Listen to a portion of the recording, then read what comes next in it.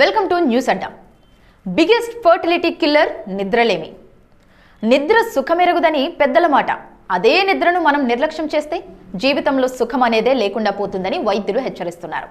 మన ఫెర్టిలిటీని చంపేసే అతిపెద్ద శత్రువు నిద్రలేమే. అందుకే వైద్యులు నిద్రలేమిని బిగ్గెస్ట్ ఫర్టిలిటీ కిల్లర్ అంటున్నారు. అసలు మన నిద్రకి మన శరీరంలోని ఇంటర్నల్ క్లాక్కి ఉన్న లింక్ ఏంటి? రాత్రుళ్ళు ఫోన్లు చూడటం, అర్ధరాత్రి దాకా పని చేయడం లేదా వెబ్ సిరీస్లు చూడటం ఈ రోజుల్లో చాలా నార్మల్ అయిపోయింది.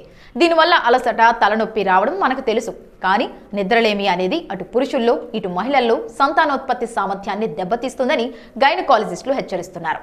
హార్మోన్ల కన్ఫ్యూజన్ మన శరీరం 24 గంటల అంతర్గత గడియారం ప్రకారం పనిచేస్తుంది. దీన్నే సైన్స్ భాషలో సిర్కాడియన్ రిథం అంటారు. టైం మారితే రిథం తప్పుతుంది. పడుకునే సమయం రోజుకో తీరుగా మారుతుంటే మన శరీరంలోని హార్మోన్లు కన్ఫ్యూజ్ అయిపోతాయి. ఓవులేషన్ హార్మోన్లు రిలీజ్ అవ్వకుండా మొరాయిస్తాయి. ముఖ్యంగా మహిళల్లో అండం విడుదల కావడానికి అవసరమైన LH లాంటి హార్మోన్లు మనం గాఢ నిద్రలో ఉన్నప్పుడే విడుదలవుతాయి. నిద్ర సరిగ్గా లేకపోతే ఓవులేషన్ ఆలస్యం అవ్వడం లేదా అసలు జరగకపోవడం లాంటి సమస్యలు తలెత్తుతాయి. నిద్ర తక్కువైతే మహిళల శరీరంలో కార్టిసాల్, మెలటోనిన్ లెవెల్స్ తలకిందులవుతాయి. అన్ని బ్యాలెన్స్ తప్పుతాయి. ఇది నేరుగా ఈస్ట్రోజన్, ప్రొజెస్టెరాన్ బ్యాలెన్స్ ను దెబ్బతీస్తుంది. అంతేకాదు పీరియడ్స్ లో మార్పులు వస్తాయి. ఫలితంగా అండం నాణ్యత తగ్గడం, గర్భం దాల్చడంలో ఇబ్బందులు ఎదురవుతాయి. పురుషులపై కూడా నిద్రలేమి ప్రభావం తీవ్రంగా ఉంటుంది.